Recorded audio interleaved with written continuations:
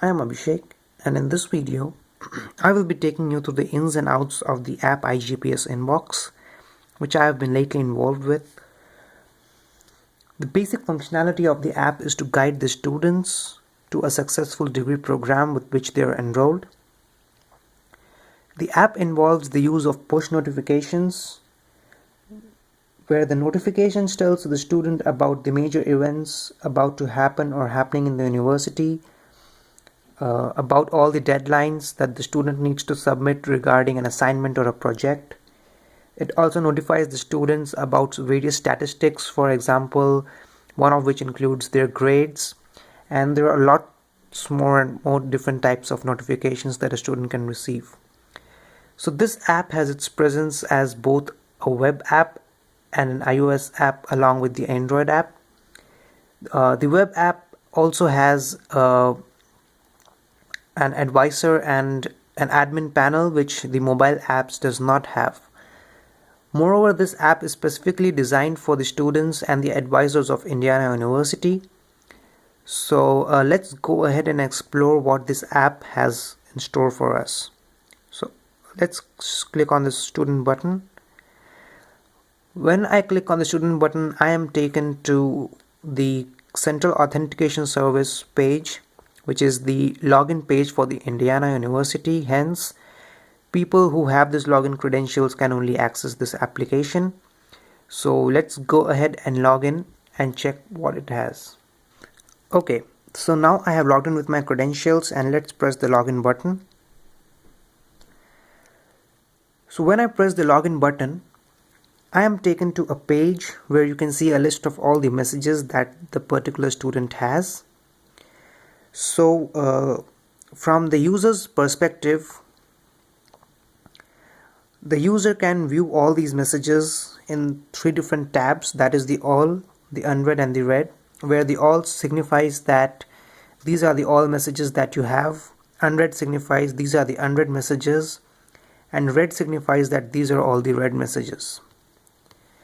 So a student can view these messages from either of these three tabs, and there are three different icons, as you can see: a full blue circle, an open circle, and a no icon.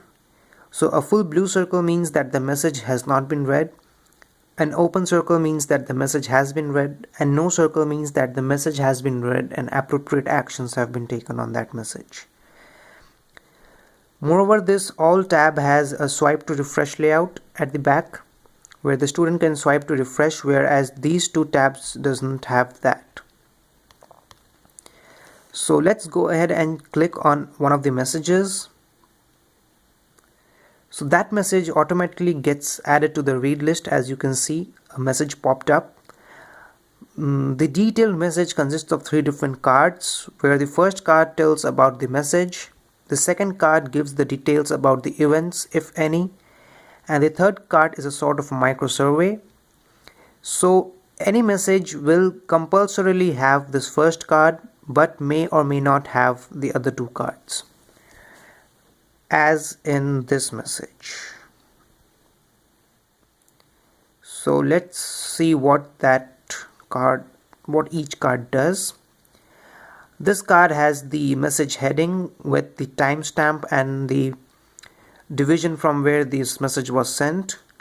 It also has the message body, and it has two buttons. One is the action button, where the user can perform certain actions based on the message, and one is the mark unread button, where the student can click to keep himself a reminder as that this message is important. So we can click on this check map, and the student will be taken to a particular web link in the browser. He can view that and he can come back, or he can mark it as mark unread. The events card tell you what the event is, where it is, when it is, and at what time it is scheduled. Moreover, there is a save button such that if you click on that, you get a .ics file generated, and that ICS file is saved into your mobile SD card, which you can visit anytime and view the file at any moment. So if I click on the save button, I get this event saved pop-up. That means my event has been saved. This is a micro survey which is kind of useful for the advisor who is sending the message to the particular student. This lets the advisor know that the student is reading the messages and he is finding them useful, or if there is a late assignment message, why was the assignment late, or why hasn't the student yet submitted it. So there are particular questions for that as well. So coding for this has not yet been done, so no actions will be performed on these button clicks. So this was all about the message details. Let's go back. There is a student preferences button at the top where the student can click on these preferences and he can set these preferences as and how he wants, and he can moreover reset the preferences to the original one that came with the application. Now once a new message is clicked, as you can see I had clicked this message and this message, they all turned into full open circles and they were added to the read list, which they were not earlier. Moreover, they get removed from the unread list. So you can also open a message from the unread list and it gets added to the read list.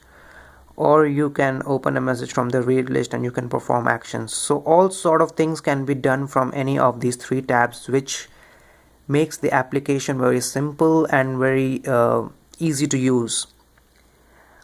So this is all from the user's perspective, and as you can see there are some quite good animations when the user swipes the list. Let's just have a look at the app from the developer's perspective for a minute. This entire layout is a linear layout with the toolbar and the sliding tab layout used with the view pager. I have followed the material design concept with the sliding tab layout that they have recommended, and this particular list is a recycler view, whereas these two are normal list views. Now the reason behind using this recycler view for all tab and list view for the other two tabs is that I am getting this data from the network by consuming the RESTful APIs using HTTP volley JSON array request. So according to the documentation of the material design, recycler view is to be used if you are populating the data from a network inside a list, whereas these two tabs only have the filtered data that I have in this tab. So I am basically just filtering the read and unread messages from this particular list of all the messages, and I am creating two new lists. So these need not be necessarily a recycler view. And what else? I have tried to add ripples wherever possible, as you can see. So that's pretty much from the developer's point of view. Yeah, so we are currently working on integrating push notifications with GCM along with the application. So we hope that the students find this app useful and they make a good use of it to have a successful career ahead. So thank you for watching the video, and soon this will be available in the Google Play Store as well. Thank you.